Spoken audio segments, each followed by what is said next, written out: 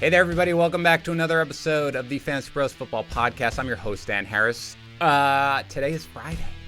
We are going to be talking to Kyle Yates, and we'll do Dan and Kyle in the morning where we'll break down every single game on the slate. But first, as we always do on Friday, let's talk to Dr. David Chao and get the latest on all the injuries that are going around the NFL. Dr. Chao, thanks for joining me today, as always.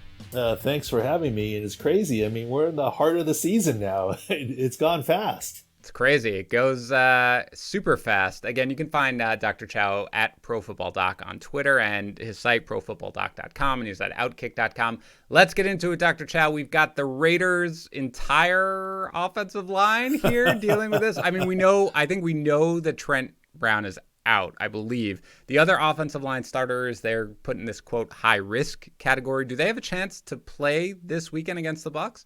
They actually do. And I wrote an Outkick article in the Pro Football Doc podcast this past Monday, talked about what I called the, quote, new home field advantage. Obviously, home field advantage is different this year because you don't have fans or the limited fans. It's not quite the same, right? But this is the new home field advantage. Why? Think about this. Under the new protocols, after the Titans outbreak, etc., if you get put on the high-risk list, which the other four starters on the Raiders' offensive line have been, they went on the list on October 19th. They come off the list on October 24th and can be cleared for October 25th, which is Sunday, which is for the game. Now, if the Raiders had to play in Tampa, those four offensive linemen, in addition to Trent Brown, would be ruled out because you can't join the team to fly on Saturday. So this is the new home field advantage. You get an extra day. You saw it last week when Melvin Gordon, obviously had some issues last week, but he also had strep throat, and he got it on Thursday, and he needed 2 negative tests to rejoin the team, and the team left on Saturday for New England, and he couldn't go. So that was where the road team was disfavored. So this is the new home field advantage. And yes, it is possible, maybe even likely, assuming they stay negative, that the Raiders will have 4/5 of their starting line back. Okay, well, that's better than nothing, and so far so good today with all the test results. Let's go to Joe Mixon here. He has already been ruled out with a foot injury. I don't know if you can offer anything on this because it seemed weird. He came back into the game. I saw videos of him kind of dancing on the side, in practice. Everything looked okay, and then there's no word on it. He missed practice all week, and he's been ruled out. Do you have any insight onto what this injury is and how long he might be out? Well, I suppose no news is good news. I did look at the video when, in theory, he may have hurt his foot. It was on the touchdown run, about 7 yards. He wasn't a big pile, but it seemed like his foot wasn't caught on the ground, so it doesn't look like a bad Lisfranc or turf toe or anything like that. And he did quite a dance in the end zone after he scored as well, one that I couldn't even describe. But in any case, and of course not close to emulating either, but in any case, and he returned to the game. Right. And then, as you noted, he's been on the sidelines at practice, moving around, dancing around a little bit. So what this tells me is it's minor. They just don't want it to get worse. I don't believe he's going on injured reserve, but obviously he's not playing week 7. Week 8 is probably a possibility, but I can't tell you the specifics either because there was no clear view of what happened to him. Yeah, one thing to note is that they do have a bye in week 9. So if this is at all serious, it seems like they'd be just careful and maybe keep him out an extra week. And of course, Gio Bernard is going to make a good start this week in fantasy in replacement. Let's talk about Michael Thomas here. Finally was going to come back from this high ankle sprain, which I assume at this point he would be fully or almost fully recovered from. And then we have word of a hamstring injury in his first practice this week. He hasn't been officially ruled out as far as I could tell, but it sounds like he'll likely be ruled out in this game. I mean, what can we expect here going forward? Number one, is he over probably the high ankle sprain whenever he comes back? And number two, how long do we think he's going to be out with this hamstring injury? Well, this is clearly a story of good news and bad news. The good news is I believe the high ankle is fine. First of all, the timing on the high ankle I believe is fine. Second of all, you really can't hurt your hamstring going 80%. So, I mean, his high ankle, I think, is fine. The hamstring is the issue, and it happened in his first main day back from practice this week, and he hasn't practiced since. and I don't see him playing this week. The question is how long. I mean, obviously, hopefully it's mild because they haven't made an injury reserve move yet, but certainly at least this week is my expectation, and how much more after that we'll have to see. So once again, pressing pause on Michael Thomas again. Been a frustrating year for fantasy managers rostering, and that's for sure. Let's go to a couple of QBs here who are both expected to play, but how effective are they going to be? First, let's talk about Baker Mayfield. He's dealing with this lingering rib, maybe an AC joint injury. Do we expect him to be able to be effective this week against Cincinnati? Well, we talked about it last week, right? We expected him to play against the Steelers, but, how well and with the shoulder and the ribs, at least to my suspicion. And obviously he did not do as well. It's very hard to pad a rib. You pretty much have to rib block it with an injection. And I understand why he might have been hesitant, or even the doctors, to do so, given the Tyrod situation this year. But believe it or not, another week makes a big difference, not only for any potential AC joint, but the ribs as well. I expect more of a bounce back week for Baker as they play another AFC North rival in the Bengals. Yeah. Yeah, and again, he will be without Austin Hooper, who had surgery to address appendicitis.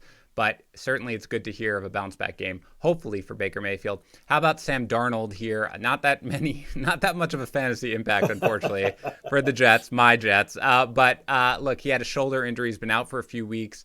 Now he's back at practice. Do you expect him to be able to be effective in his return? Well, I mean, Sam Darnold obviously has some fantasy impact. I think in the Scott Fishbowl, I play a guy who has Sam Darnold. Sure. And obviously who he throws to, it makes a big difference too as well. No, I do think he'll be back in terms of, I think I was more surprised that they held him out the last two and a half weeks, because he got hurt on Thursday and finished the game. Right. And now it's 3.5 weeks come Sunday from the injury. I think he'll be in the 90s in terms of where he's going to be. He's been limited practice, but he's going to start, and I think he has a very good chance of being mostly effective in terms of whatever the Jets can do.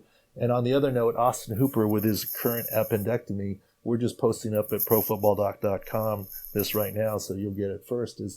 It's not only going to be this Sunday, it's going to be next week too. I mean, if you're getting the appendectomy today, you're not playing next week either at this point in time. All right, well, David Njoku will probably be a popular pickup, at least in leagues that give tight end premium, points. Doc, I'm going to put you on the spot a little bit because something just came across the wire, which I saw. There was this vague Aaron Jones missing practice today. Randomly just sort of came up. Nobody really knew what it was. There's a tweet from Tom Pelissero that says he suffered a very mild calf strain in practice Thursday. He wants to play Sunday against the Texans, but sounds like it'll be a game time decision.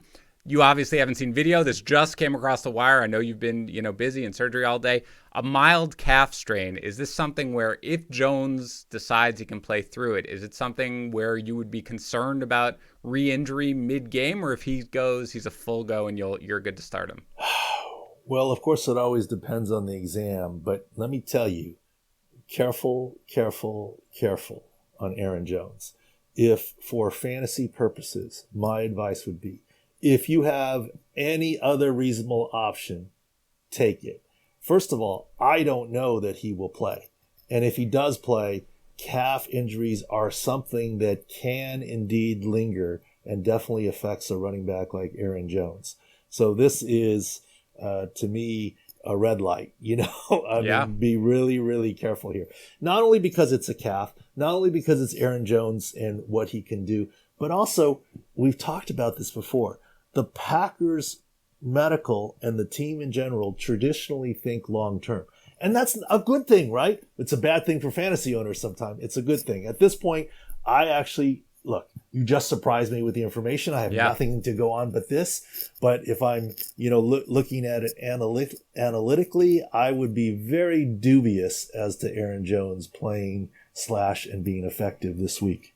Yeah, there's literally no information on it. That's just what came. It was a very vague sort of like, oh, there's some sort of injury, we don't know, and then it just came across there. But that is good. I agree. A calf strain is something that just in our experience as fantasy managers gives us a little bit of pause. So certainly fantasy managers want to be looking If Jamal Williams is out there, certainly, but definitely take a look and have a backup. Let's finish up on a couple of wide receivers here who look good like they're going to play. We just want to make sure that they're going to be effective. First is Keenan Allen, who suffered a back injury in the last game against the Saints. They've had the bye week. He's been limited in practice, but he's been back. Do you expect him to be fully effective in this game this weekend? I do. And, he on the touchdown pass, he landed on his back and obviously some spasm. With the bye week, if there wasn't a bye week, I think he could have been back. And so with the bye week, there's a lot of extra time and room. Full go for Keenan Allen.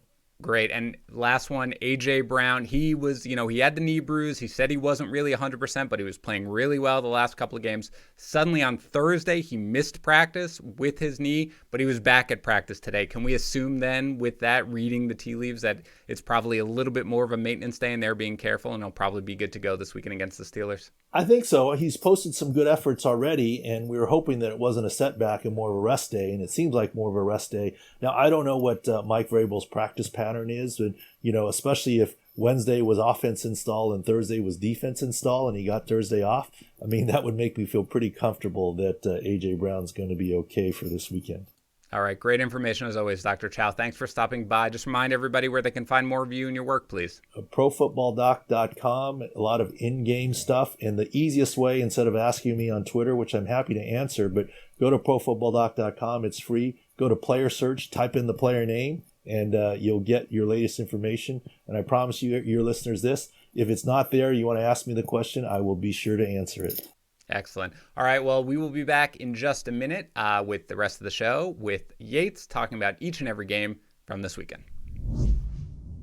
All right, guys, it's time for Dan and Kyle in the morning. What's up, Yates? How are you? I'm good. I have a question for you. What's better, in your opinion, the butt fumble or Daniel Jones's run from last night? Well, the butt fumble is very personal to me, of course, because I'm a Jets fan, and I was watching that game with my wife. I believe we were in New York. I believe it was a Thanksgiving game, and just the look on her face of just such pity, like she finally understood what it was like to be it. The Daniel Jones thing, though, was amazing. I do feel bad for him because, realistically, I kind of get it. Because he's motoring, and there were some stats that went out about how fast he was, like 21 miles an hour or something like that. He's fast, and you could see him. He just sees the whoever the Eagles defender was kind of chasing him down over his left shoulder, and he tries to kick it into another gear, which there is no other gear at that point, and then he stumbles. But man, he's going to be such a meme, and I feel so bad for him. But yeah, man, even the least entertaining game can be entertaining. So we'll get into that one. Again, watching any football is better than nothing. But you know the drill here, guys. It's Friday. Yates and I are going to go through every single game that's coming up this weekend. We'll talk about start, sit, all the good stuff. But first, let me remind you about our monster giveaway that is going on through Halloween. So basically one more week to go, 11:59 p.m. Eastern Time. It closes. Remember, we're giving away like everything, a signed black and gold Aaron Jones Packers helmet, a $200 gift card for Pristine Auction, a $200 gift card to Porter Road Butcher, a package of fantasy football goods for your league's champion and your last place loser from Trophy Smack, and a 1-month subscription to Fubo TV. Remember that we changed it up a little bit about how you enter the contest this month. You can either follow us on Twitter at Fantasy Pros, follow us on Instagram at Fantasy Pros, or subscribe to our YouTube channel, youtube.com/Fantasy Pros. If you do all three of those, it's 3 entries. That's all you need to do. We're not capped at 1. You can do up to 3 entries for this one, and then just go to fantasypros.com/contest to enter. That's all it is, fantasypros.com/contest. So again, you've got about a week to go. It's a lot of good stuff there. Yates really wants the helmet, actually. We were talking about it. Last week, he was like, how do I enter? And don't worry, he is prohibited, I promise. So anyway, fantasypros.com/contest. All right, Yates, like we always do, let's hit the accuracy challenge to start. Again, that's fantasypros.com/challenge, free contest to enter. You can win up to a 3-day, 2-night stay at an MGM resort property in Las Vegas. Includes a round-trip airfare. That is from our friends over at BetMGM. So let's go, fantasypros.com/challenge. Let's start with Cam Newton here, Yates, going up against the 49ers, 19.6 fantasy points, over or under? I'm going to take the over here, actually. I'm buying into Cam Newton, and I think it's last week he looked rusty. The entire Patriots offense looked rusty, but yet we saw them still commit to getting the ball on the ground, or getting the ball with Newton on the ground. And so moving forward, I think that the rushing ability is still going to be there to inflate those numbers. I expect him to find the end zone, so I'll take the over. I do think that it will be a bounce back spot for the Patriots, but I will still go under here. Not by much, but I am taking the under. How about Justin Herbert at Jacksonville? We talked about on Wednesday how high we have him ranked. 19.4 fantasy points. Yeah, I've got him at 20.5 in my projections system, so I will take the over here, but not by much. Yeah, you're way too low. I have him at 20.6. Ezekiel Elliott against Washington, 18 even. What do you got? Projections say take the over here, but I think just looking at the total situation here in Dallas, I actually might take the under. Yeah, I'm going under on this one. 17 for me. So still a good game. I mean, 17 fantasy points from running back is certainly good enough. How about Kenyan Drake against Seattle? 12.5 fantasy points. We saw a different version of Kenyan Drake on the field last week, and so I'm going to take the over here. It's a tough spot for the running back, or for running backs against Seattle, but I'll take the over. I'm going to go with a push. I have exactly 12.5 fantasy points. I guess when I have to take, I will just go the under because I always lean under when all things being equal. But I legitimately have it at 12.5 fantasy points. Ronald Jones against Las Vegas, assuming they play, 14 fantasy points. Yeah, I'm taking the over here. I think this is a smash spot for Ronald Jones. Ditto. Will Fuller against Green Bay, 13.7 fantasy points. I said recently this week that I'm done doubting Will Fuller, so I'm in. I'll take the over. I'm on the same side as you. A.J. Brown against Pittsburgh. Assuming he's fine. He missed practice on Thursday. Right. I'm assuming it's just kind of a maintenance day, but assuming he's fine. Against Pittsburgh, A.J. Brown, 12.7 fantasy points. Yeah, the matchup might indicate or might dictate that the line be a little bit lower here, but yeah, I'm still taking the over. It's A.J. Brown. You know we don't talk about matchups when it comes to Tennessee. Juju Smith-Schuster against Tennessee, 9.5 fantasy points. Ah, man. Dan, I'm going to take the under here. I don't blame you. I have it over. I just have him projected for 10.1. But yeah, that's going to tell you all you need to know about Juju Smith-Schuster and where we're at with him. How about CeeDee Lamb against Washington, 11.5 fantasy points? I'll take the over here. Yep, me too. And finally, George Kittle against New England, 12.8 fantasy points. You expect the Patriots to try to do their best to eliminate George Kittle and force Jimmy Garoppolo to send the ball somewhere else. It's what, the Patriots do. They take away your best option. We saw it with Las Vegas and Darren Waller. They're going to try. It's not going to work. George Kittle over. I'm barely over, too. I'm a little nervous about it in that, I might drop him down to second in right. tight end rankings. But, yeah, you can't get away from him. I lean over as well. All right, as I said, as you guys know, at this point in the season, it is early Friday morning. So we do not have the practice reports for Friday. I will try to give you some caveats. But let us start, as we always do, with the Thursday night game. Eagles 22, Giants 21. Carson Wentz, Yates, you and I were joking a little bit on Slack last night. He is so incredibly talented. He makes some throws that just kind of really wow you, but such consistently terrible decision making. It's crazy to watch. But let me, actually quantify this here. No Zach Ertz in this game for the foreseeable future. No Miles Sanders here. Never Alshon Jeffrey. Deshaun Jackson was on a pitch count, and then he got injured, which we'll talk about briefly. Still got injured, yeah. His offensive line is completely decimated. Oh, it's trash. 25 for 43 for 359 yards, 2 touchdowns, and a pick. Another rushing touchdown. His 5th, by the way. Most of these are designed. Coming into the week, Yates, Wentz was 10th among quarterbacks in fantasy points per game. Mostly a brutal schedule. Now he's just had the Giants. He's got Dallas, then a bye, then the Giants again, then Cleveland, then Seattle. I mean, it looks ugly, but is Wentz back to kind of being a top 12 rest of season quarterback here? Well, I mean, it's so frustrating. And I said this on our Start Sit show. I said, you presented a few options, and one of them was Wentz. And I was like, I don't want to say Wentz based on what we're seeing on the field, but he actually might finish the highest. And based on what we saw last night, that might be true. I mean, looking at his opportunity and what the rushing ability here is the big thing. If he was putting up 359 for two touchdowns and an interception, and that was it, then I think he would still be someone that's a little bit further down in the QB ranks, probably around QB 15. But because he is getting the rushing touchdown, the rushing upside, then I think we have to begin looking at him as a top 12 quarterback again for fantasy. It's not going to be pretty. I mean, we can say that. It's not going to be pretty, but yet that might just be one of the things that you plug him into your lineup. and then you don't watch that game. Yeah. No, I'm in a league where I roster Wentz, and it's a 2-quarterback league, and somebody's trying to get us to upgrade a quarterback, and basically just like insulting Wentz and being like, Wentz, blah, blah, this. And I'm like, I get all that. But, if you're not watching the game, then you'd be like, this guy's fine. He's a completely fine fantasy quarterback. And that's really what matters. He makes horrible decisions. But again, from a fantasy perspective, I'm not sure I have him in my top 12. I haven't updated my rest of season ranks. I like to wait till the end of Sunday to do that.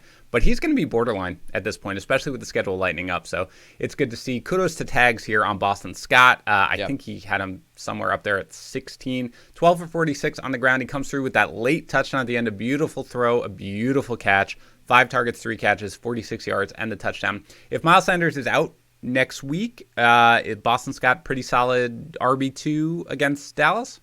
Oh yeah, against Dallas, I think you fire him up. I think if he didn't have that touchdown, it would have been you wouldn't have been super happy that you plugged him in. It would have been a fine game, but yet that touchdown again was a phenomenal grab, phenomenal throw. So I think just moving forward, we got to look at him as a low end RB2 as long as Miles Sanders is out. And again, he may be back next week. You would think with the bye they'd opt to be careful with him, but it's a big game, of course, as they someone has to win that division. So we'll see. Meanwhile, Deshaun Jackson did look good while he was in the game, but he did get injured on a punt. I don't even know if it was a fair catch or if he tried to return it. And something just came across. Sounds like a high ankle sprain, might need surgery. I don't know, but either way, Deshaun Jackson is not going to play certainly next week. Then they have a bye, but probably not for a while. And you can go ahead and move on. So meanwhile, look, Travis Fulgham, another 11 targets, 5 catches for 73 yards. Look, we know Deshaun Jackson now is out. Report that the Eagles are trying to trade Alshon Jeffrey. Do you think luck. Fulgham? All right, exactly. Do you think Fulgham is a wide receiver 3 rest of the season?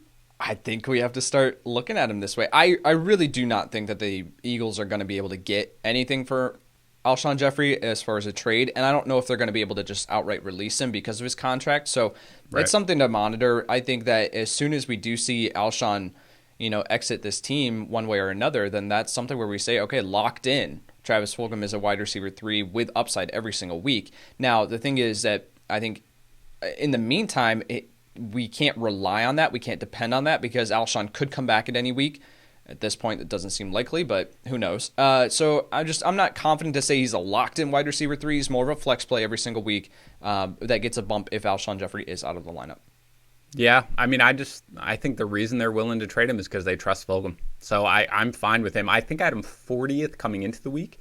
Rest of season, that was before, that was updated on Monday and Tuesday. So now I think he's going to be within the top 36. I feel really fine about him. Rest of season, it's great. And he's playing well. He makes good catches. He runs great. Yeah, great routes. So that's good. Greg Ward also finds the end zone. Meanwhile, we joked about it a little bit, but with Zach Ertz out and with the state of tight end, Dallas Goedert is not back until week 10. Richard Rodgers here, 8 targets, 6 catches, 85 yards. You think he's someone who you're going to recommend as a start next week against the Cowboys? Yeah, I think so. I mean, again, with the tight end landscape, why not? Yep, I agree. And it was like I was quasi-joking when I said it on Wednesday. We were like, hey, anybody? We were like, no. And I don't know. I had him ranked 19th or something like that. Yeah, I was right in that range too. Yeah, so it wasn't something where, you just couldn't. But, yeah, he looked good. He got the targets. And, again, there's nobody else out there. And Wentz will be throwing the ball no matter what. You only live once. For the Giants, we talked about Daniel Jones's run. He does wind up with a nice fantasy day here. 20 for 30 for 187 yards, 2 touchdowns. He does have the pick. He does have the late fumble. And, again, 92 yards on the ground. Should have been a touchdown. If you have not seen the play, just please go stop what you're doing right now and just go Google Daniel Jones running. But he does have a decent fantasy day here. But there are a few interesting things here from the Giants. First, Devonta Freeman, just 3 of 8 on the ground. We learned towards the end of the game, you and I were joking about it, we learned at the end of the game he was dealing with an ankle injury. Dion Lewis has a terrible fumble. Wayne Gallman, just 10 for 34 on the ground, but catches all 5 of his targets for 20 yards. If you watch that game, you felt like he looked pretty good, especially towards the end of the game. So the Bucs are on tap next. That's not a good matchup, of course, for running backs, but I assume that if we learn that Devonta Freeman is out for that game, that Wayne Gallman makes a pretty priority pickup, right? Yeah. I think a gut reaction, is that he would be a high-end RB3 in my rankings next week against Tampa Bay. Again, terrible matchup. But also, it was super weird, like watching back through that game, you're like, Wayne Gallman looks great. He must have great stats. And then you go and look at the stat line and you're like, wait, how did he only average 3.4 yards per carry? It just felt I had that exact same thought this morning, Yates, when I was going through the box score, and I was like, wait, that's got to be wrong. Right. Because every time, especially at the end of the game, he was like busting off these 7, 8, 9-yard runs. I don't know. Yeah. Go ahead. Sorry. Yeah. So I mean, I think that he's a no nonsense runner. He gets upfield. He gets what's there, and he's showed great contact balance too. So. Yeah, I was definitely concerned watching that game, especially as someone who started Freeman in a couple spots, going like, what is going on? Right. So to learn that he's got an ankle injury, that's just something we'll continue to monitor moving forward. Yeah. At wide receiver, I mean, look, Sterling Shepard returns. He was going to be on a pitch count. He winds up playing 46 snaps, 6 catches, 59 yards in the score. What's your rest of season outlook for Shepard? Yeah, I wasn't recommending him as a start in this game just because we had no idea what his involvement in the offense was going to be. Coming off of his injury, first game back, there were even question marks. Was he going to even play? It was a game time decision. So, but moving forward, the Giants need pass catchers because we're seeing, Evan Engram struggle. We'll get to him in a minute, but then Darius Slayton was eliminated by Darius Slay, and so I just think there's an opportunity here for Sterling Shepard. Now, I'm not going to be viewing him as anything more than a flex option though in this offense, but next week against Dallas he might get a little bit, or I'm sorry, Philly's playing Dallas, isn't it? Philly's playing Dallas. The Giants are playing the Bucs. Thank you. Okay, yeah, that's right. So no, don't go near Sterling Shepard next week. He's a flex moving forward.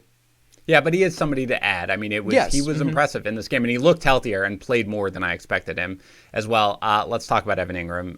Again, I kept telling you this is results over process because we talked on Wednesday. We're like, why is he 8th? In expert consensus rankings, all three of us, I don't know where you wound up with him. I think I had him 13th or 14th for me.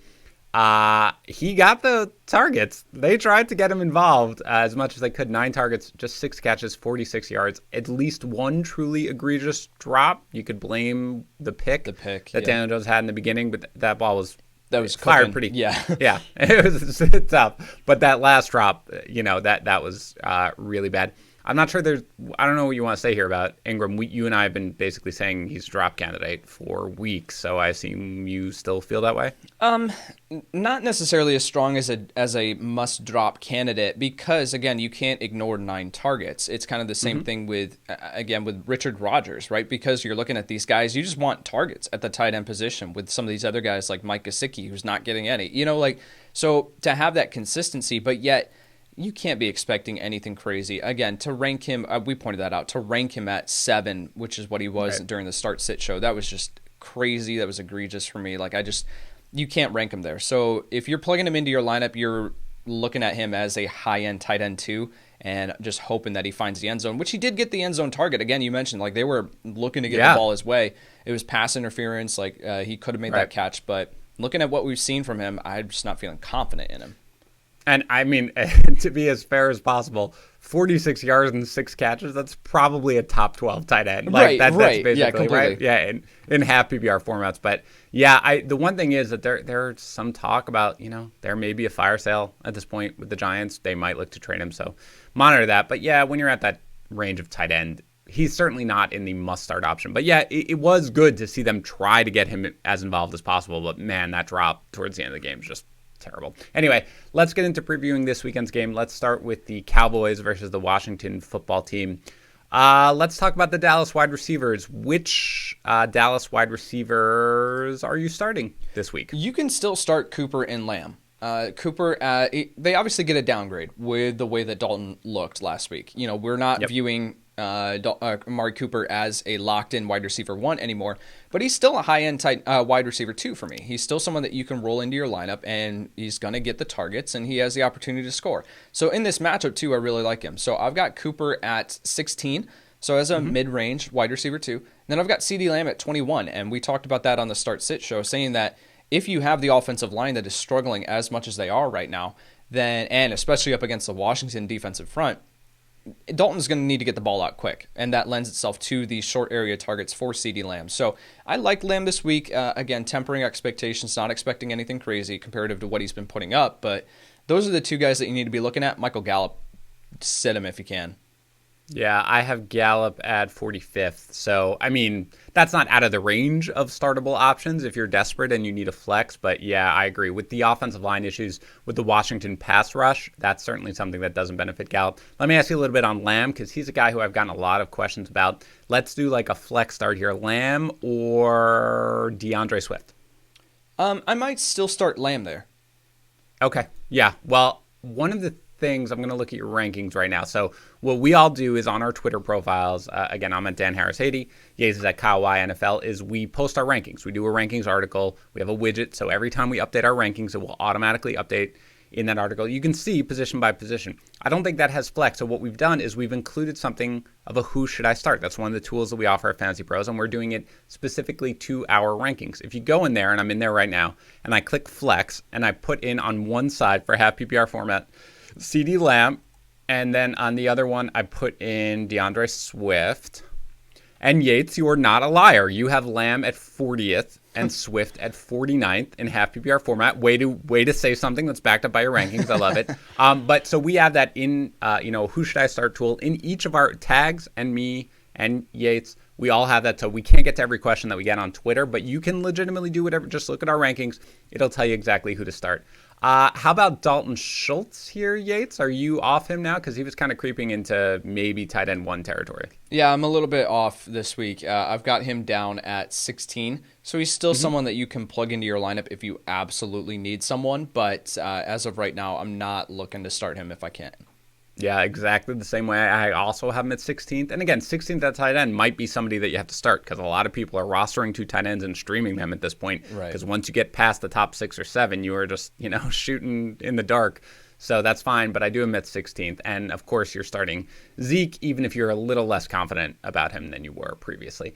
How about the Washington football team? Usual deal here. This is a really good matchup for Terry McLaurin. So where is he ranked for you this week? Yeah, he's in that same range, probably, I think, back-to-back with Amari Cooper. I'm pulling it up right now. I have back-to-back. I have Cooper at 16, McLaurin at 17. Okay, I'm a little more excited about McLaurin. I think this is a game for him. I have him at 11th right now. I think this is just a matchup that they can exploit. I think Kyle Allen's going to have a pretty good game here. You're not starting him, of course, but I do think that that's where we're going to see. This is finally going to be the big game for McLaurin. How about Gibson? Fantasy managers are frustrated because of all the work that McKissick is getting. So how do you feel about Gibson? And for that matter, how about McKissick? Yeah, so I'm still fine with rolling out Antonio Gibson, especially in this matchup. And again, based on the running back landscape right now, you have to plug him into your lineup. So I've got Gibson at 17 this week, and then me too. But that could move a little bit here. And then I have McKissick at 30. So both of them can be started. Yeah, we view this one almost identically. I also have Gibson right now at 17. I don't know for sure that that's where he'll end up, but we're in the same range. And McKissick for me also at 31. He's a guy you can use as a flex play. He gets enough work in the passing game that he's usable, but he's not someone who I'm running out to start. It's always somebody where I'm like, man, I don't want to start J.D. McKissick. Right. But if you have to this week, you can certainly get away with it. All right, before we go to our next game, Yates, there are a lot of times in my life where I have this very kind of vague, I don't really feel so great. Like, nothing crazy. I'm just like, I'm tired. I have a headache. Things are a little foggy. I'm always convinced I've got some new secret sickness they're going to name like after me. And my wife always in her very, very lovingly yet completely patronizing way goes, have you had enough water today? And my answer is always no, because I'm a giant and I do not have the time to sit there and drink the billions of ounces of water that are recommended to keep a giant hydrated. But then she turned me on to Hydrant. And I'm not going to lie, I feel pretty good, Yates, and it's great.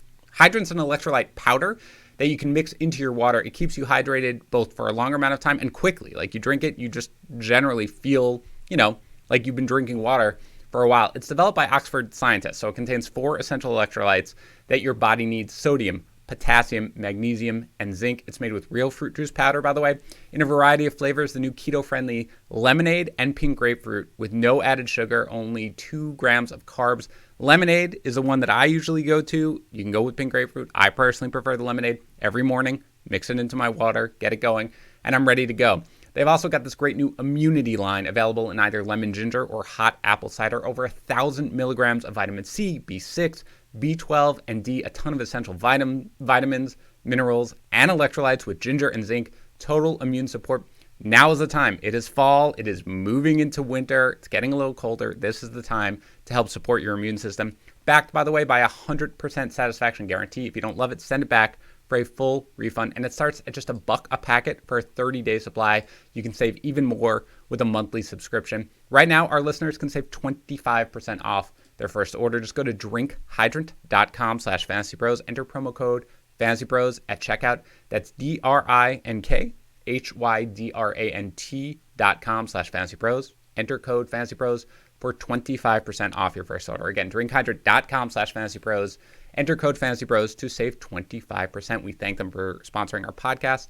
Hydrant, where water meets wellness. All right, Yates, let's move on here and let's go the most exciting game of the week, Bills versus Jets. Running game here for the Bills. Two really underwhelming performances by Devin Singletary in a row. Zach Moss came back last week. He did get some carries inside the 10. Where do you have both these guys ranked this week? It's not great. I've got Devin Singletary at 31, and I've got Zach Moss at 36, so I'm avoiding them if I can.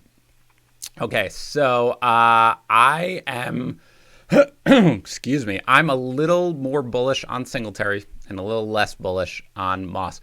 Singletary, though, is somebody who I'm going to say what my ranking is for him. It's not a final ranking. Again, Saturday night I do my sweep. Right now I have him as 22, and really part of the reason is that I do think that although the quote-unquote strength of the Jets defense is their rush defense, I do think that the Bills are this is just going to be a smash spot for the Bills that you want to be a smash spot. The Jets are abysmal. They have completely mailed it in, like regardless of what they're doing. They give up a ton of touchdowns to running backs. That could be good for Moss, but I do think that this is an opportunity for the Bills to try to get Devin Singletary going against an opponent that they're going to absolutely destroy, and somebody who I think that this is really what you do when you have a running back who's struggling. So I do think they're going to get Singletary going. But the fact that right now he is 22nd in my rankings should tell you all you need to know about running backs this week. It's not good. I do think that Stefon Diggs is going to also absolutely destroy the Jets. John Brown is looking iffy, by the way, for this game. Again, right. He didn't practice. He didn't get a target last week, or he didn't have a catch last week, so he might still be battling injuries. So out of curiosity, what's the number on Diggs in your ranking? I have him at 7. Yeah, I'm 4th. 8. I just want to... 8. 4th. Yeah, I'm 4th. So this is really where we're going. I really think. And Allen is still a top 5 option for me. You too? Yes. Yep. Yes. It's just start your Bills. Start whoever plays against the Jets. Just do it. Yeah, I have Allen at 3. Very nice. I'm at 4, I believe. Well done. Okay, for the Jets, James Crowder missed practice yesterday. If James Crowder does not start, just run. It does sound like Sam Darnold might be back here.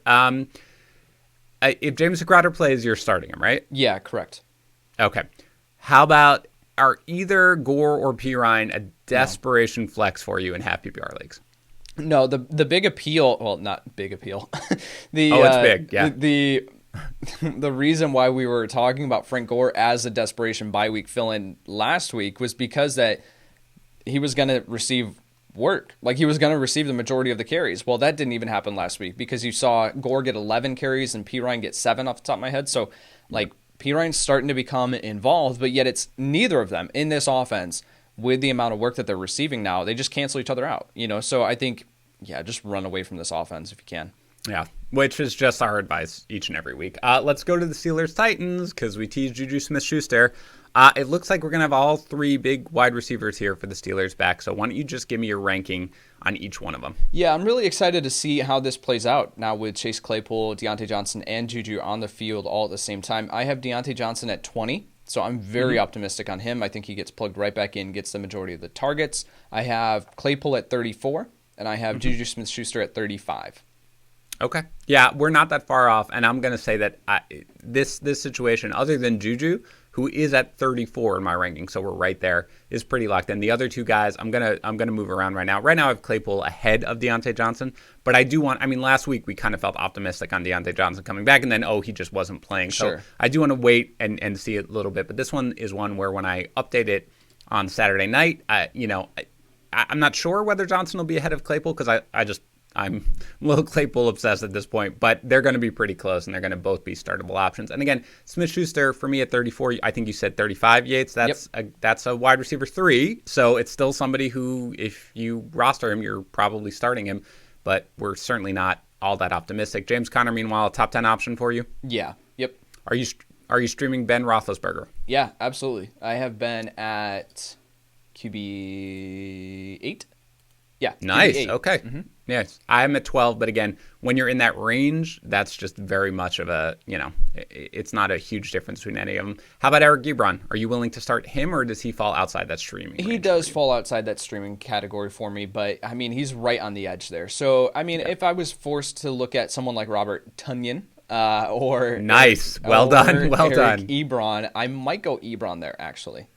Okay, that's interesting. Yeah, no, I have Tonyan higher than Ebron, but I do have Ebron 14th on the week. So he is somebody who you can certainly start if you're in a pinch, but he does fall outside my top 12. On the Titans, of course, Derrick Henry. Of course, A.J. Brown, if he plays. Again, he missed practice on Thursday. Not sure if that was a maintenance day, but assuming he plays, of course, you start him. Jonnu Smith looks good to go here. Yates practiced in full, at least on Thursday, so he's a must-start option. Of course, I'm not going to make you talk about him. How about Ryan Tannehill here? Is he, it's Pittsburgh.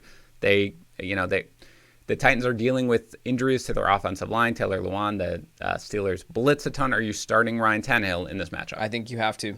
I mean, we joke about it all the time, saying that they just break all efficiency metrics, that they just defy all logic. But so continue to ride the hot hand. Continue to plug in Ryan Tannehill, especially now that he has Jonnu, A.J. Brown, and Derrick Henry all on the field at the same time.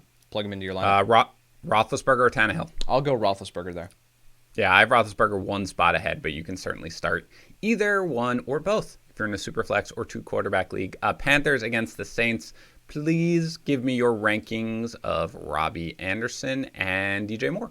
Sure. Let me switch over to my wide receiver rankings. Yeah, I'm sorry. I know I make you switch back and forth. I know. I'm like flying. I have Robbie Anderson at 14. Yep. And I have DJ Moore at 27.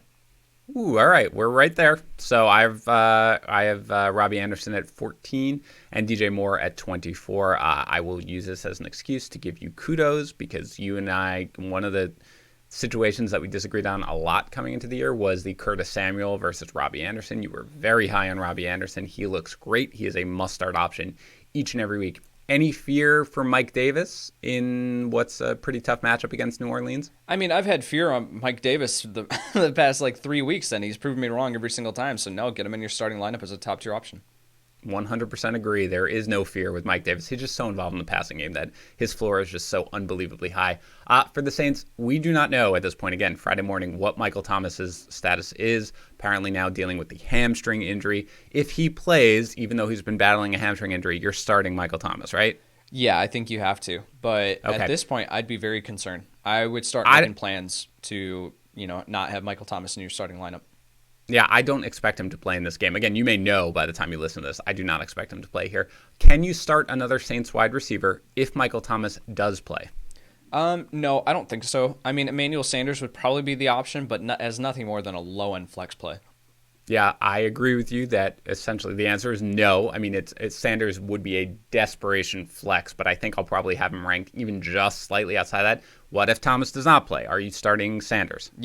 Yeah, I think you can absolutely plug him in. The Panthers have been shockingly good against opposing wide receivers, but I think that this is if Michael Thomas doesn't play, then Sanders is going to see targets. He's going to see opportunity here. He would become a low-end wide receiver 3 in my rankings, I believe, and then Traquan Smith would become a flex play, but you're just hoping that he finds the end zone.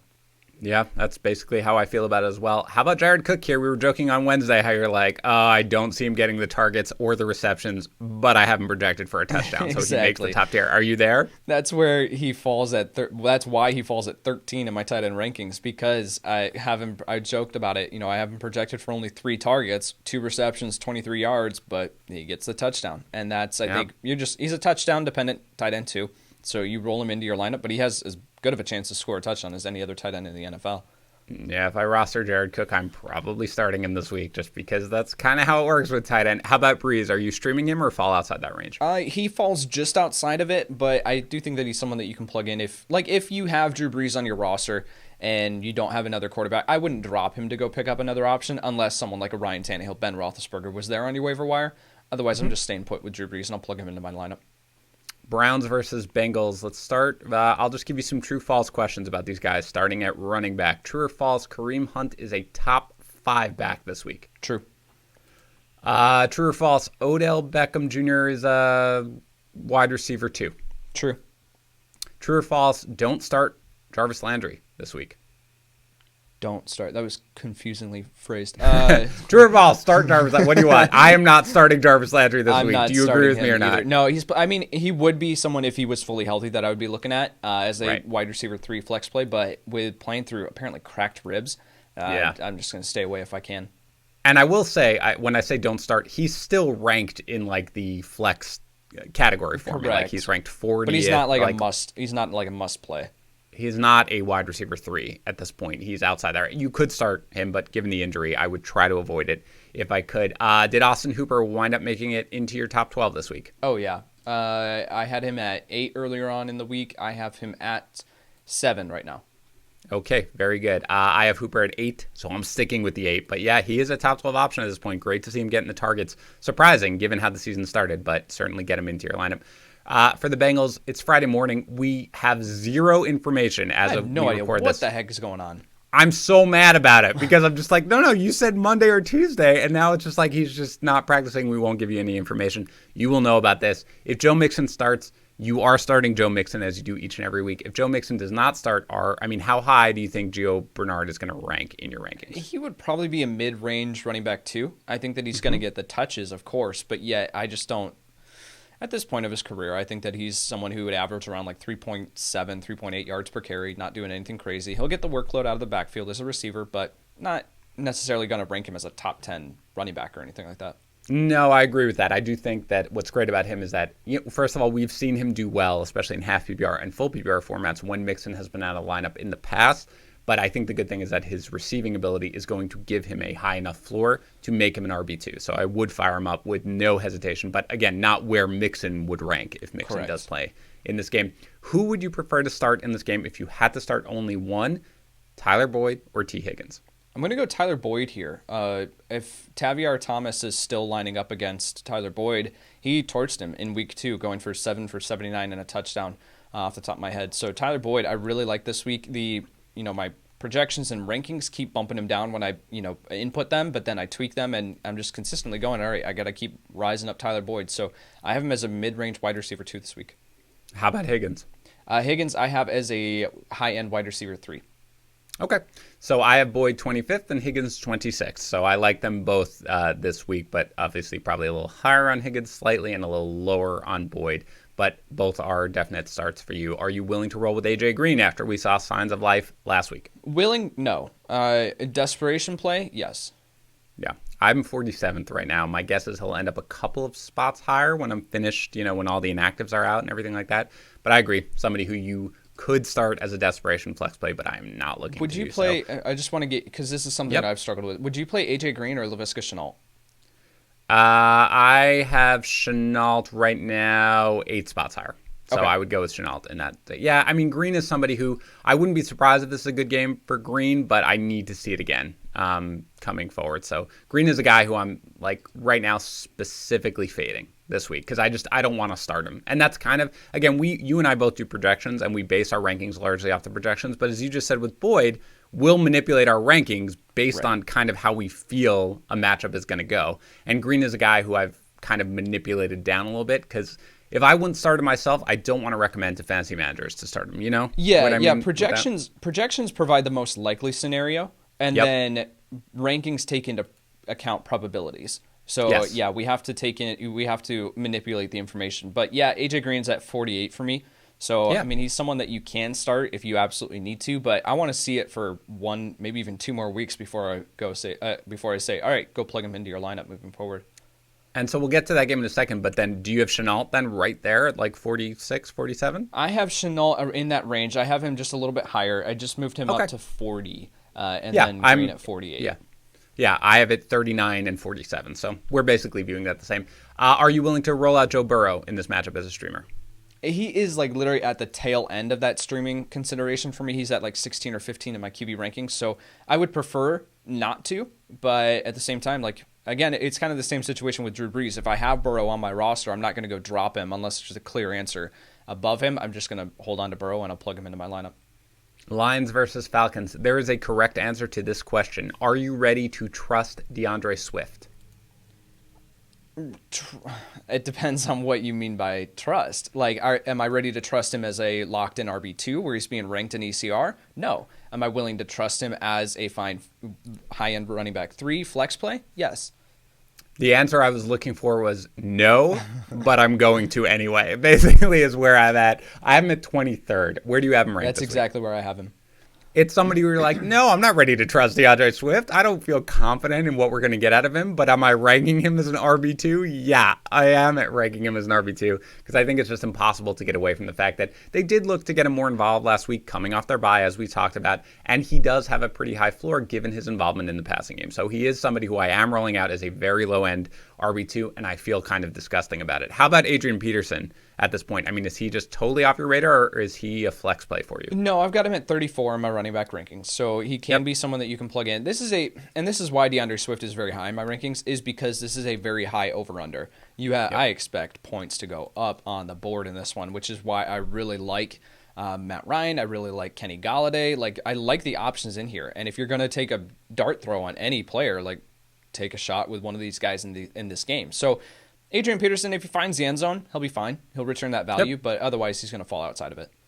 Yep, I got him 32. He'll probably wind up 33, I think, once I finish tidying up. But yeah, that's how I feel about it. We love Kenny Galladay here. How high is TJ Hawkinson in your tight end rankings? He's at 4 for me. Ditto. And Matt Stafford, ready to roll with him as a QB1 here, right? I just flipped over to tight end rankings, Dan. I'm sorry. I moved us along. Who did you say, Stafford? Yeah, Matthew Stafford. I have Stafford at 13. So I would play Stafford above Brees and Burrow, who are at 14 and 15 in my rankings.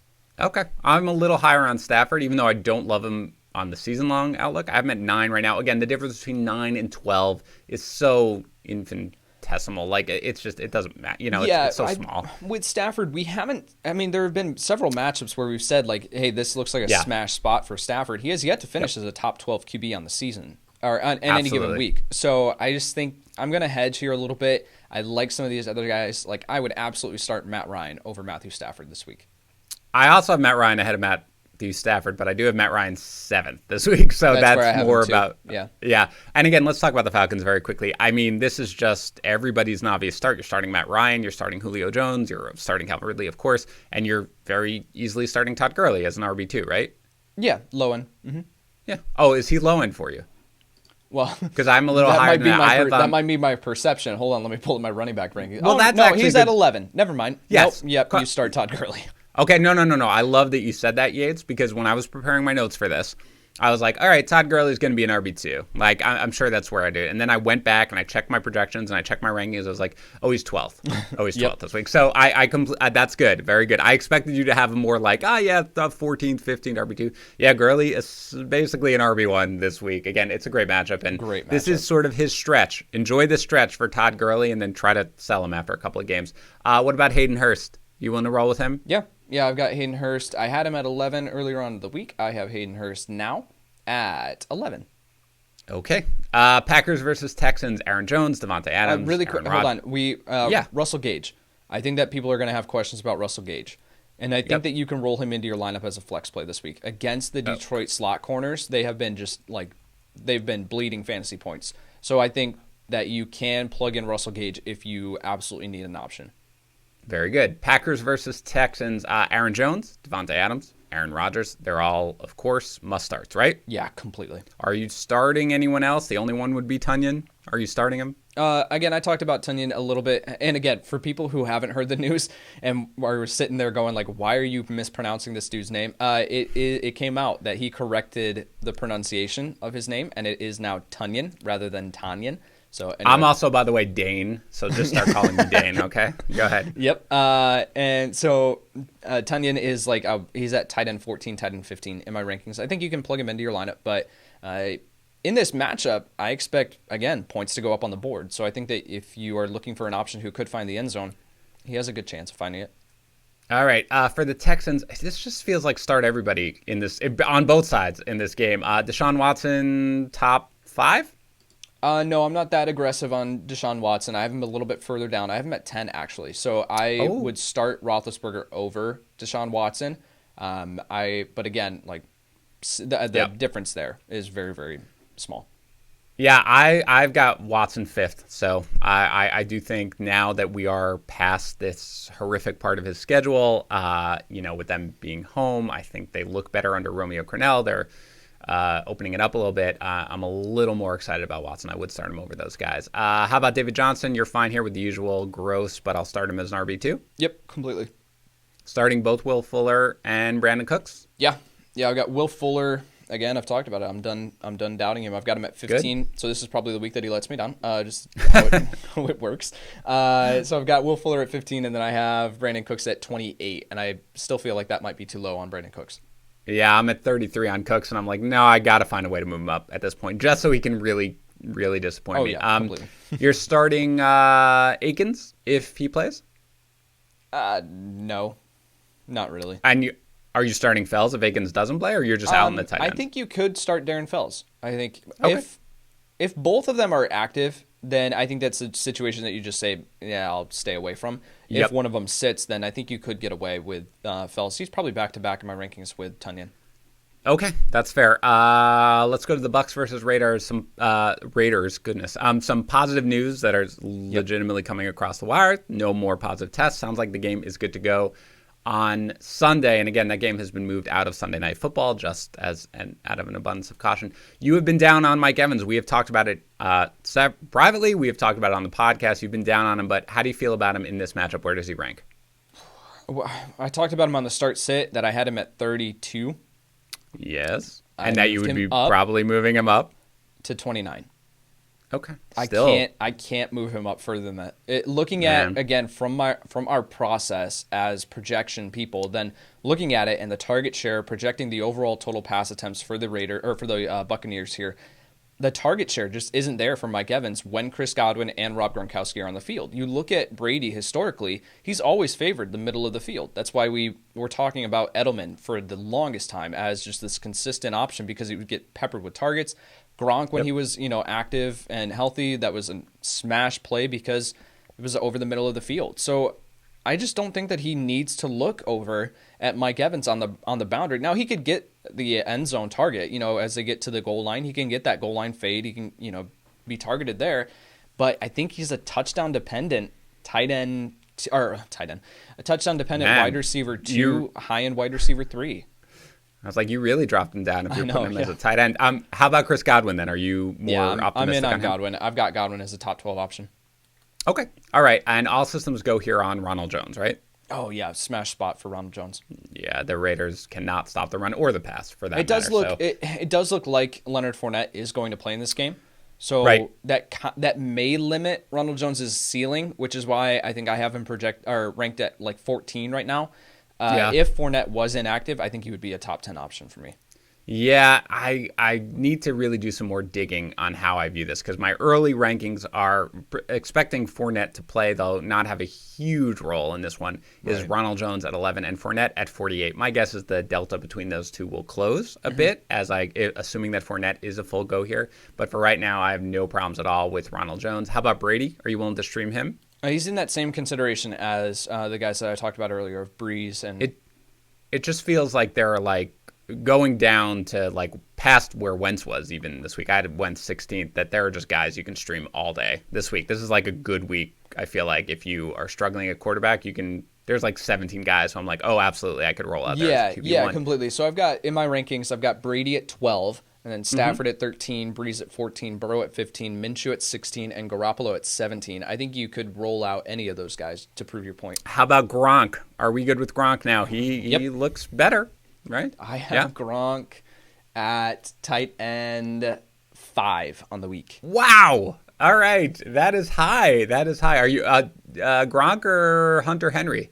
I'll go Gronk. Ooh, okay. Gronk or Jonnu? Right now, I have Gronk. I broke Yates' brain with that question. Right He was now, like, oh no. I have Gronk at 5 and Jonnu at 6. That will expect Gronk to be outside the top 5 when Yates finishes his rankings, because there's no way he's going in there ahead of Jonnu. I have Gronk 11th, so not quite as there. I could see him getting up to 10th, but I do think that he is a startable option this week. But yeah, that's aggressive, but I love it. For the Raiders, we do not know what the deal is with this offensive line. At the very least, Brown is going to be out, assuming that the rest of the offensive line does play because there are no more positive tests. That at least is better for Josh Jacobs, but it's still a tough matchup. Where does Jacobs rank for you in this one? Yeah, I haven't taken into account the fact that the offensive line might not play. I'm assuming, by the way, at this point, that the offensive line other than Brown is going to play. So that's what I'm going forward with. So I've got him at 12. I think he's just going to see too much volume to finish outside of that. But it's not a matchup that I'm sitting there going, oh yeah, I'm super excited to plug in Josh Jacobs. I mean, the Tampa Bay Buccaneers defense just suffocates opposing running backs for fantasy purposes. So not super excited about him. He needs to find the end zone. Yeah, I'm not. I really would like to see another game here without Vita Vea, just to see if I can really feel confident that the run defense is really going to be quite as strong as it looked last week without him. But I'm 13th. I agree. It's probably the lowest I've had Jacobs all season long. So that's still a very clear start. But it is somebody who, again, temper your expectations. You're, of course, starting Darren Waller. Are you starting anybody else on the Raiders? Ruggs is a flex play at best. You're just hoping that he breaks away a long play. I think with Carlton Davis most likely going to shadow him and shut him down, it's not a matchup that I'm sitting there going, yeah, I'm excited to start Henry Ruggs. So he's in that he's outside my top 40 wide receivers, but it's taken into account, again, the probability that he breaks away a huge play. Yeah, 46 for me. 49ers versus Patriots. We talked about them on Wednesday, but talk about how you feel about the San Francisco running backs. Yeah, I think this is a situation that I'm looking to avoid if I can. But again, with the running backs looking the way that they are across the fantasy landscape right now, you need to be plugging in Jerick McKinnon as a low-end running back too. I think that he is going to receive the majority of the work as far as the carries, but then also as the receiver out of the backfield. I think Jeff Wilson will be active. He's had limited practices here this week. I do expect him to suit up, but that could obviously change, so stay tuned. Again, we do a Sunday morning live stream where we'll have more information on that. But then JaMychal Hasty has been a popular name to discuss this week. So I'm not necessarily sitting here going like I'm super excited to plug in JaMychal Hasty. The probability that he receives the majority of the carries and actually performs pretty well here against New England is very, very minimal. I'm just not excited about it. So as far as like my projections and how I broke down this running back room, I have Jerick McKinnon with 10 rush attempts, 4 targets, Jeff Wilson with 8 rush attempts, 2 targets, and then JaMychal Hasty with 6 rush attempts. Yeah. I don't think that's crazy as a breakdown. We talked about how I mentioned it on Wednesday that I think I had him 18th on Wednesday, and I said that he'll almost certainly move down. McKinnon, we're talking about here. He'll almost certainly move down. He has moved down. He's 21, though, for me. So he still is somebody who I'm willing to start. This is one, again, check the rankings as we head into Sunday, for sure, because we need more information as much as possible. Need to know whether or not Wilson is playing, need to just read the tea leaves as to how this is going to break down. But again, I do think essentially that McKinnon is going to be a guy, as you said, who you can start in half PPR or full PPR formats as a low-end RB2, and that you're probably not going to want to start any of the other guys, but we'll have to really see. So for now, McKinnon is 21st in my ranking. Hasty, and I'm not sure if Wilson's going to play, but Hasty is outside sort of the range of guys who I want to start. You're starting George Kittle. What about Deebo Samuel? I have Deebo as a flex play this week. I think he's seen enough targets. It's a tough matchup, but they're pretty creative with the way they get the ball in his hands. So you're just hoping that he scores to be able to return that flex value and finish even higher than that. But I still think you can start him. How about Brandon Ayuk? I'm not looking his way. I think that we talked about it earlier on in the week. I think it was the waiver wire saying that if you need to drop Brandon Ayuk, you can. All right, you're starting Cam here, as we discussed. Are you starting anyone else on the Patriots? So I think Julian Edelman is like a flex play at best. I think you can still plug him into your lineup, but it's a wide range of outcomes for him. James White would be the guy that I'd be saying, yeah, get him into your lineup. Right now, I haven't accounted for the fact that he missed practice with an undisclosed issue. So that's just a situation to monitor. I haven't taken that into account, and he's at 25 in my running back rankings this week. So he's just seeing, again, in half PPR, he's just seeing too many targets out of the backfield to ignore. Otherwise, Damian Harris, sit him. Rex Burkhead, sit him. Yeah, I have White right now at 28. I do have Harris as 36 because I do think they're going to lean into the run. But again, I'm not Jones in the start. I'm 36 in running back rankings. It's really a guy who's only kind of a desperation flex. Chiefs versus Broncos. Usual deal here with the Chiefs. You're starting Mahomes. You're starting Hill. You're starting Kelsey. Assuming that Le'Veon Bell does play in this one, how do you rank the running backs? Yeah, I've got Clyde Edwards-Helaire. Again, right now I'm projecting that Bell does play. There is a question as to whether or not he suits up in this one, so or will be active. So this could significantly bump up Clyde Edwards-Helaire. I've got him at 18 right now. I have Le'Veon Bell at 32. So I do expect Bell to be utilized as the goal line back. We saw Darrell Williams come into that role last week. So I think Bell takes over the majority of Darrell Williams' touches if he does play, and then gets that opportunity at the goal line. But Clyde Edwards-Helaire is going to be the main back. As far as the wide receivers, you mentioned Tyreek Hill, plug him into your lineup, obviously, as a wide receiver 1 every single week. But then Demarcus Robinson actually becomes an intriguing play. I've got him at 43rd in my wide receiver rankings, so I think you can plug him in as a flex play. And moving forward, too, I mean, I looked at this yesterday. Demarcus Robinson is only 2% rostered in Yahoo leagues. So, I mean, this week and then next week, too, the matchup here for Demarcus Robinson is phenomenal. Yeah, and you look at the snap count, and Robinson, without Watkins, Robinson is getting the snaps, and Hardman isn't. And everybody loves, Mecole Hardman, but it's just not happening. Just briefly on Edwards-Helaire and Le'Veon Bell. We're in the same range. I'm a little more bullish on Edwards-Helaire and a little less on Bell, assuming they both play. I have Edwards-Helaire at 14th and Bell at 37th. That's really not crazy when you think about probably our projections are right in line with each other. But that's just how I'm viewing it. I think at least for the first game, they're going to ease Bell in, even if he does play. For the Broncos, I guess Melvin Gordon's just going to play here, and assuming he does, start or sit a Broncos running back, and where do you have him ranked? I think you should sit both of them if you can. Melvin Gordon at 29 for me, and Philip Lindsay at 33. Okay. So it's funny because we have the same basically delta between the two, but I'm just slightly higher on both of them with Gordon at 26 and Lindsay at 29. I think you can get away with both of them as a flex play because I do think that the Broncos, who kind of get up for this game, they're going to be home. They're going to try to control the clock and do what they can to run the ball as much as possible, and you can attack the Chiefs that way a little bit more than through the passing game. If Noah Fant plays, do you start him? Yeah.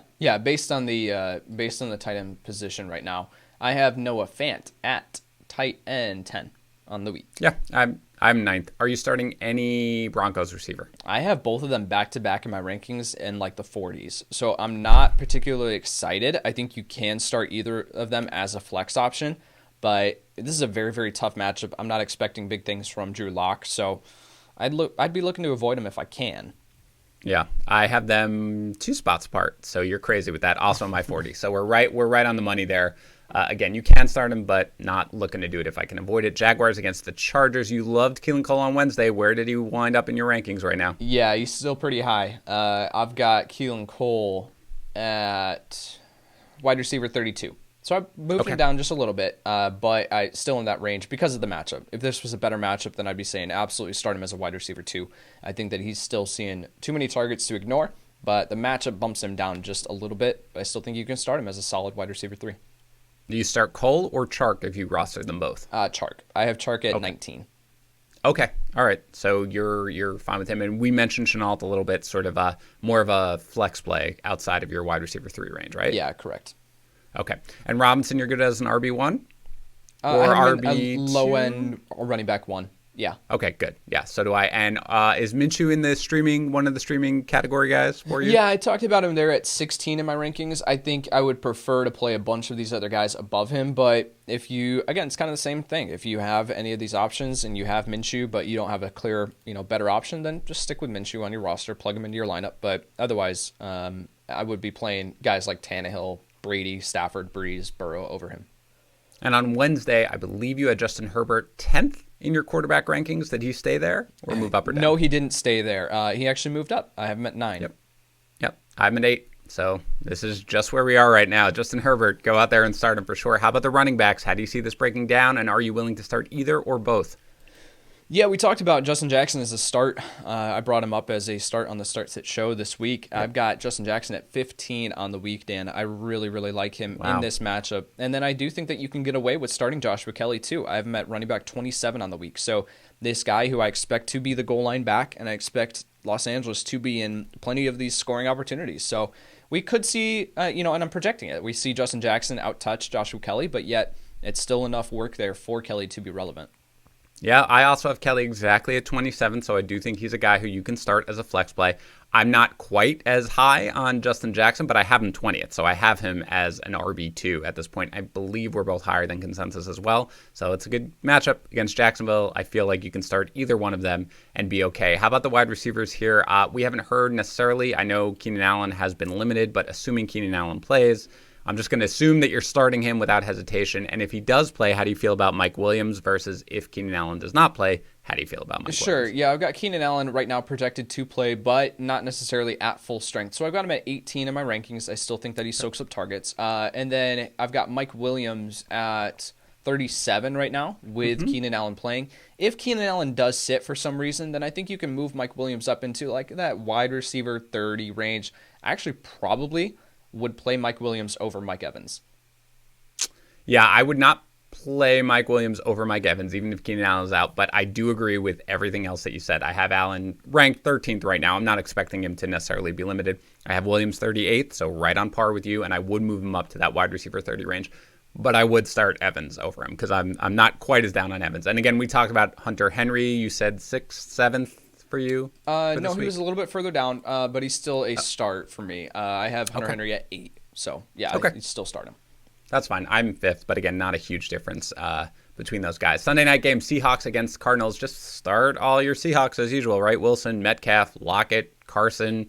I don't really know if there's much to discuss, right? You're just firing them all up, no hesitation? Yep. Completely. Tyler Lockett, I think, is going to be a huge question mark for fantasy managers because of his last 2 performances and then coming off the bye. They just don't know what to expect from him. You fire him up as a high-end wide receiver 2 every single week with number 1 overall wide receiver upside. I love it. Could not have said it better myself. He is 15th in my rankings this week, so exactly basically what you're saying.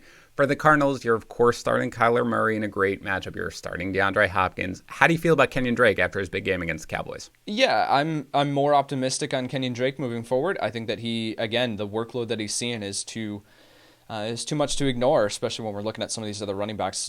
So I still think you can start him. I've got him at 18, 19 in my running back rankings, so definitely start him. But I think that this matchup is a little bit more tough for opposing running backs, so I'm tempering expectations, but I still think that you start him. Yep. Again, 19th for me. I think that's where you said you had him.